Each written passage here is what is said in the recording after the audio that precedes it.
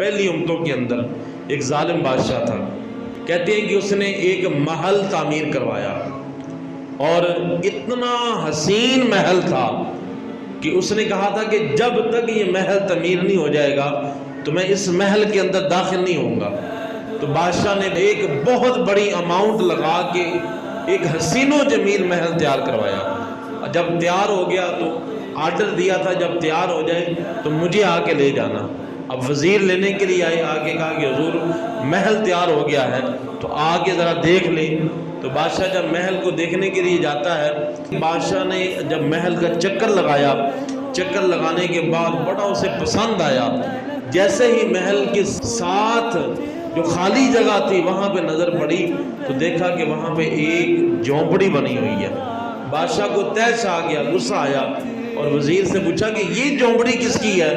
اس نے کہا کہ ایک بڑھیا مسلمان مائی ہے اور اسی نے آپ کے محل کے ساتھ جو ہے وہ جھونپڑی بنا لی ہے.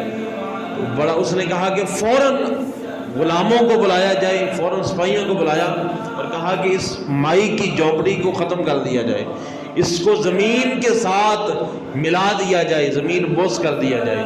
اب اسی وقت کے اندر ہی بادشاہ نے آرڈر دیا, مائی گھر میں موجود نہیں تھی, اس کی جھونپڑی کو ختم کر دیا گیا.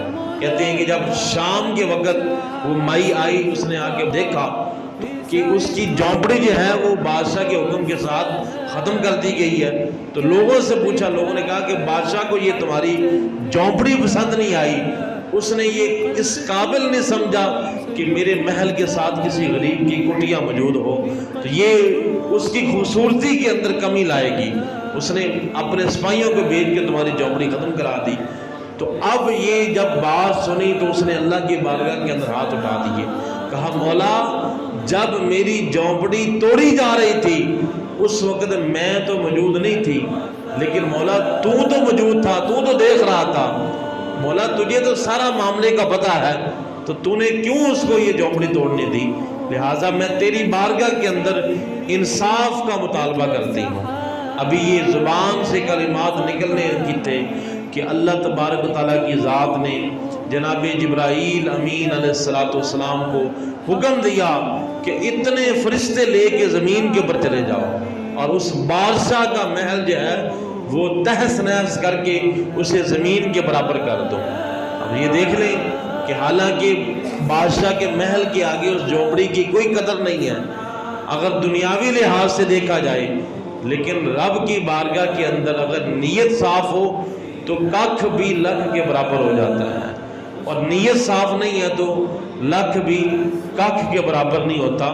تو اللہ تعالیٰ کی ذات نے دعا کو ایسا قبول کیا کہ یہ نہیں کہا کہ ایک وقت آئے گا تو پھر میں انصاف کر دوں گا, یا اللہ کی ذات نے یہ فرمایا ہو کہ قیامت والے دن میں سے بڑا سخت عذاب دوں گا. وہ معاملات سارے بعد کے اندر تھے, لیکن اللہ نے انصاف دنیا کے اندر بھی کیا. حضرت جبریل علیہ السلام کو حکم دیا کہ فرشتے لے جاؤ اور محل کو ختم کر دو. جناب جبریل امین آئے اور اس کے محل کو تہس نہس کر کے رکھ دیا. تو اس لیے آج جو یہود و نصارہ فلسطین کے ساتھ جو کچھ کر رہے ہیں وہ یہ نہ سمجھے کہ یہ بچ جائیں گے, اور اگر ان کا کچھ ساتھ نہیں دے رہا تو ان کا کوئی والی وارث نہیں ہے. اور انشاءاللہ وہ جس انداز سے استقامت کے ساتھ صبر کے ساتھ کھڑے ہوئے ہیں, اللہ تعالیٰ کی ذات ایسا انصاف کرے گا کہ یہود و نصارہ یہ دیکھتے رہ جائیں گے.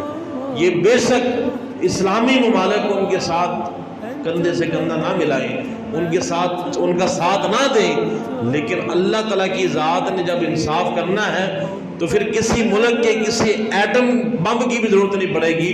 اللہ تعالیٰ کی ذات کے صرف کن کے ساتھ سارے معاملات کو کا فیصلہ فرما دینا ہے.